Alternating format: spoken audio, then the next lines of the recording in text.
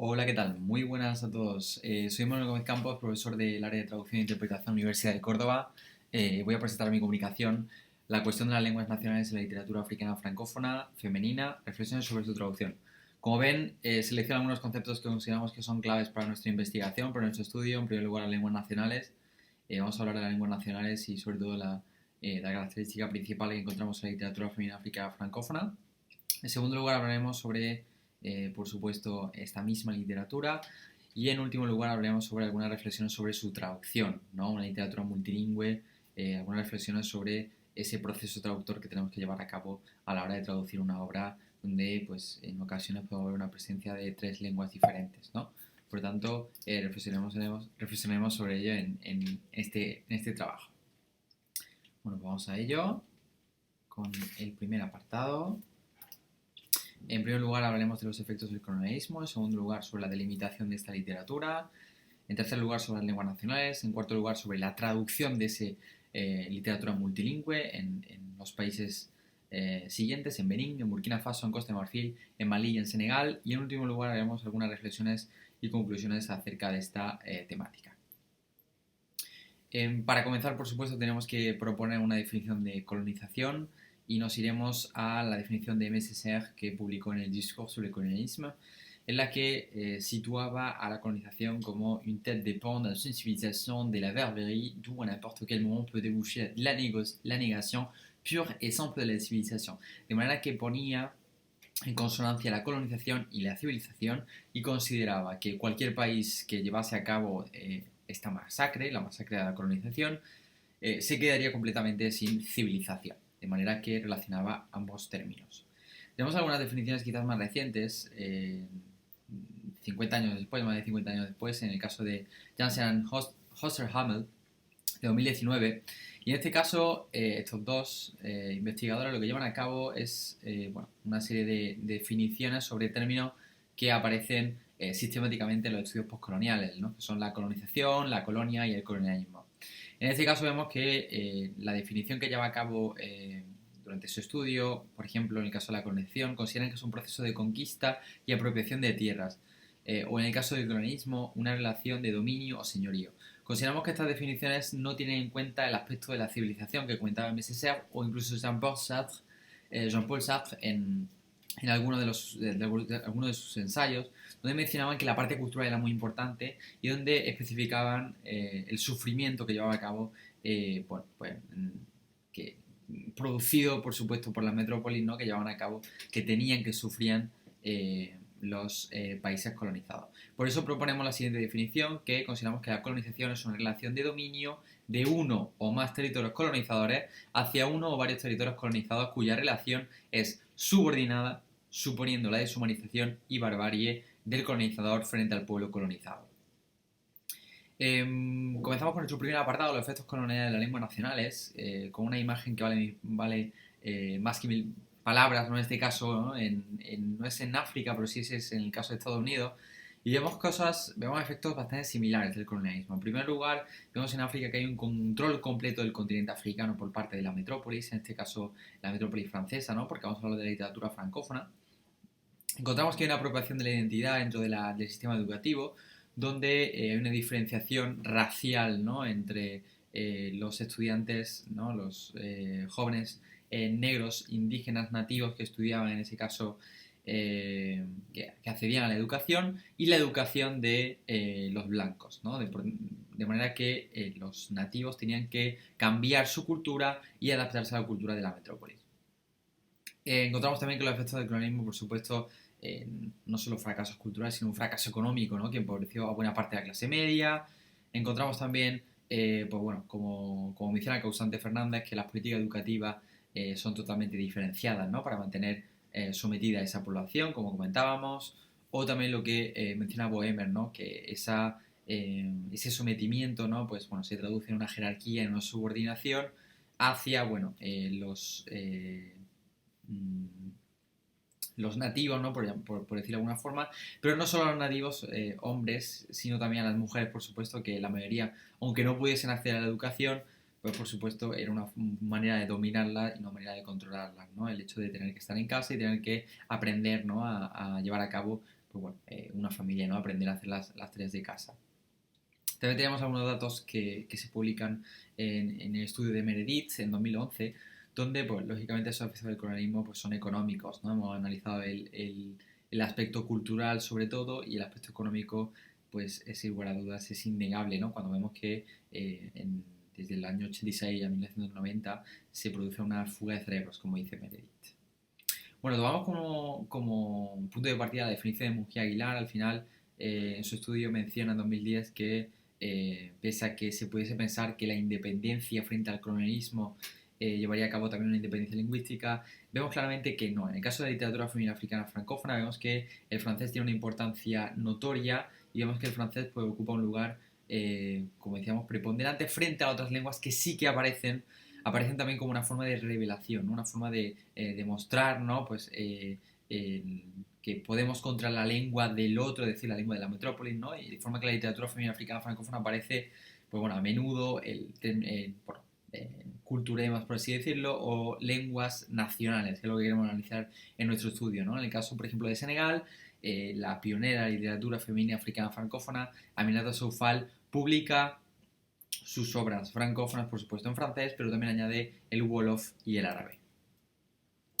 Muy importante hablar de la delimitación de literatura africana francófona, simplemente comentar que bueno, la literatura como tal desde el punto de vista occidental no se debe entender en el caso de los países del África Occidental, sino que se tiene que comprender que hay una literatura oral y una literatura escrita, ¿no? En ese caso muy importante desde el punto de vista africano, comprender que hay una literatura diferenciada, pero no únicamente una literatura, dos grupos diferenciados, sino que también hay que entender que dentro de esa literatura escrita también existe una cierta literatura oral que se representa a través de bueno, numerosas expresiones que marcan la oralidad africana, ¿no? Numerosas expresiones, por ejemplo, como decíamos, en las lenguas nacionales. ¿No? Las lenguas nacionales suelen marcar oralidad porque suelen hacer referencia a aspectos culturales, o suelen hacer referencia a canciones, o suelen hacer referencia a dichos, ¿no? Que en muchas ocasiones pues, vienen de esa lengua o de esa literatura oral, ¿no? que es mucho más antigua, ¿no? Por lo tanto, es interesante mencionar nuestro estudio. Bueno, las lenguas nacionales, en el caso de la traducción, se han llevado a cabo numerosos estudios sobre ello, que se centran sobre todo bueno, vamos a centrarnos en el estudio de Rodríguez Murphy, donde menciona que la eliminación de repeticiones es algo sistemático que se lleva a cabo a la hora de traducir un texto bueno, de un escritor africano al español. Vemos que muchos traductores lo que hacen es eliminar repeticiones. La repetición es algo muy común en la literatura africana, ya que en muchas ocasiones bueno, tiene una connotación interesante, ¿no? Sobre todo, por ejemplo, cuando hablamos del apellido, el nombre de alguien, ¿no? De la familia. Por ejemplo, en el caso de Aminata Soufal, vemos que cuando van a llamar a algún familiar, tenemos el ejemplo de Ndiaye, Ndiaye, se suele repetir bueno, el apellido en este caso, para, bueno, pues van a dar una serie de respeto, ¿no? Una serie bueno, de prácticas que se suelen llevar a cabo, ¿no? Vemos también que Rodríguez Murphy señala que hay una adaptación de los nombres, algo muy común. Habla también en este caso de los términos Igbo, ¿no? En el caso de Senegal serían los términos en Wolof. Que sí que es verdad que los términos de Word no se suelen adaptar por lo que hemos visto nosotros en nuestro corpus, ¿no? En el caso de Aminata Soufal, no suele haber una adaptación a la gramática, a la acentuación del español, pero sí que es verdad que a lo largo de la traducción, ¿no? De esta literatura sí que se ha llevado a cabo. En segundo lugar, comentamos que la traducción, por supuesto, implica una manipulación, como dice Rodríguez Murphy, estamos totalmente de acuerdo. Al final, de forma consciente o inconsciente, como afirma en su estudio, el traductor, ¿no? Va a llevar a cabo, ¿no? A través de esas lenguas nacionales, si el traductor prevalece, bueno, eliminar esa marca, ¿no? De la lengua nacional por el español. Lógicamente aquí estamos viendo un serio caso de manipulación, ¿no? Consciente o inconsciente. Y por último, destacar la aportación de Sales en 2005, donde bueno, habla de la relación directa que hay entre traducción, lengua y cultura. Por supuesto que son muy importantes y sobre todo se puede aplicar muchísimo para la traducción multilingüe de la literatura que estamos analizando. Y por supuesto nos centramos en el punto número 4, donde la traducción, vamos a analizar un poco la traducción en cada uno de estos países y cómo se encuentra, ¿no? Al día de hoy, sobre todo el aspecto lingüístico, ¿no? Si hay una independencia lingüística o no, en el caso de cada uno de los países, ¿no?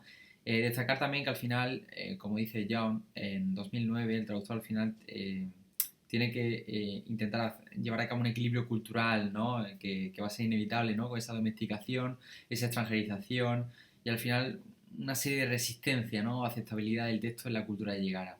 El término de aceptabilidad consideramos que es muy interesante y al final es una de las aportaciones que lleva a cabo en su estudio, ¿no? Al final se refiere al hecho de, realmente comprender una serie de equivalencia, ¿no? En este caso dinámica, ¿no? De lo que se lleva a cabo, ¿no? De lo que se explica en el texto origen al texto meta.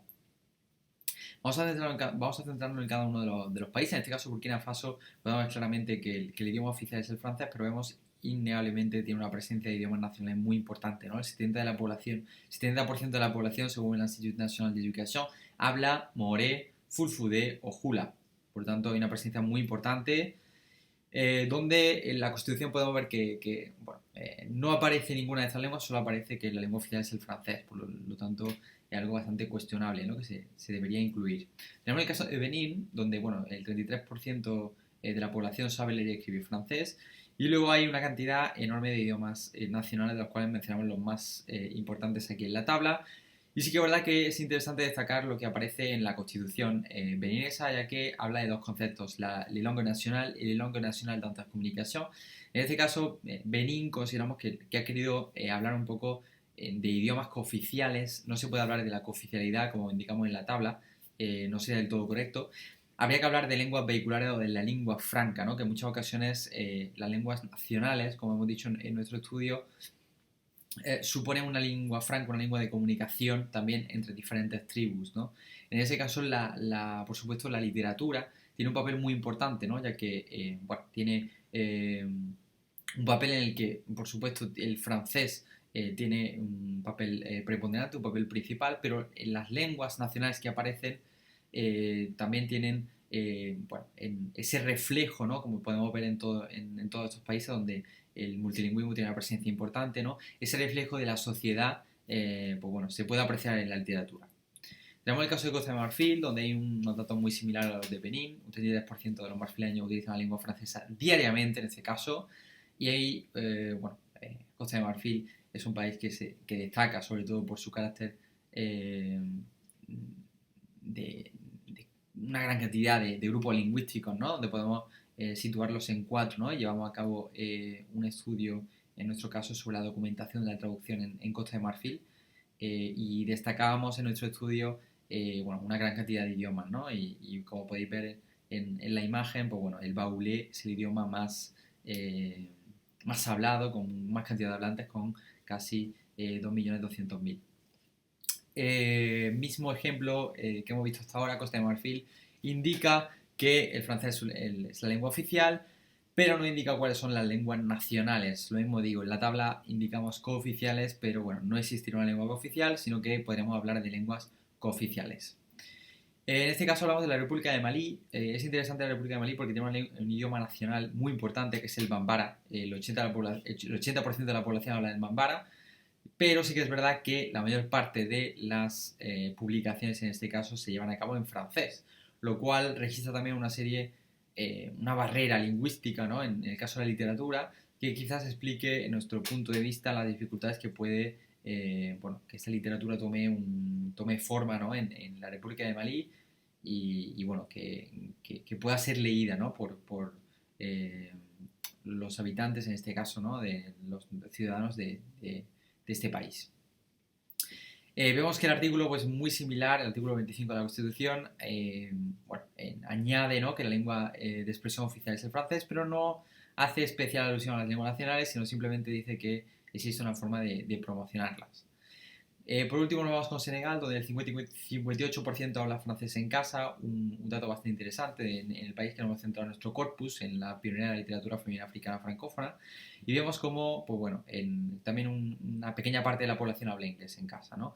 Por supuesto es un país donde hay una gran presencia de idiomas nacionales, y lo que nos llama la atención es que este país es uno de los países donde hay quizás más aceptaciones a lenguas nacionales, donde aparecen en la Constitución se indica que las lenguas nacionales son el diola, el malinké, les pulaars, les sérères, les soninké, les wolof et toute autre langue nationale qui sera codifiée. En este caso vemos una gran importancia y consideramos que el hecho de que la Constitución rija, ¿no? La Constitución establezca, ¿no? el hecho de que haya más lenguas nacionales, consideramos que sin duda le da voz y visibilidad, ¿no? a estas lenguas, ¿no? Y sobre todo aceptación por parte de la sociedad, por parte de las administraciones, ¿no? Le da una serie bueno, por así decirlo, ventajas, ¿no? Que luego, pues bueno, hace que no tengan una posición realmente marginal, aunque sí la tengan frente al francés, pero que tengan también una presencia, ¿no? Dentro de la Constitución senegalesa. En este caso vemos cómo el Wolof aparece, y el Wolof aparece bastante en las obras de Senegal, frente al malinqué y otras lenguas nacionales, pero son algunas de las principales.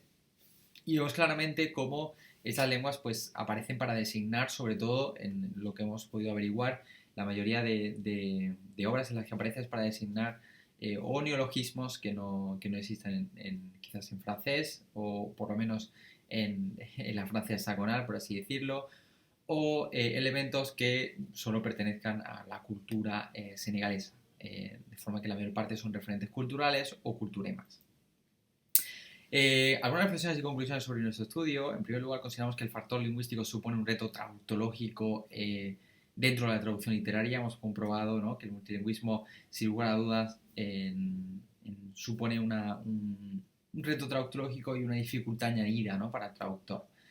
Hemos visto también bueno, en este caso en la obra analizada de Aminata Soufal, L'Empire du Mensonge, y la greffe de Battu, hemos visto que la mayoría de expresiones utilizadas en otras lenguas nacionales diferentes del francés aparecen explicadas con nota al pie, paráfrasis equivalente del francés. En este caso vemos como en muchas ocasiones los autores pues las autoras en este caso tratan de explicar o tratan de, quizás de manera natural añadir un equivalente o pues, un sinónimo justo después de situar la expresión en Wolof.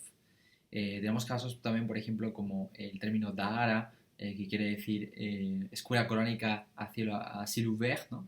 En este caso, la autora explica al nota al pie qué consiste este colegio, ¿no?, que solo existe en Senegal, donde se enseña al aire libre y bueno, que se conoce como Dahara, ¿no?, una escuela coránica.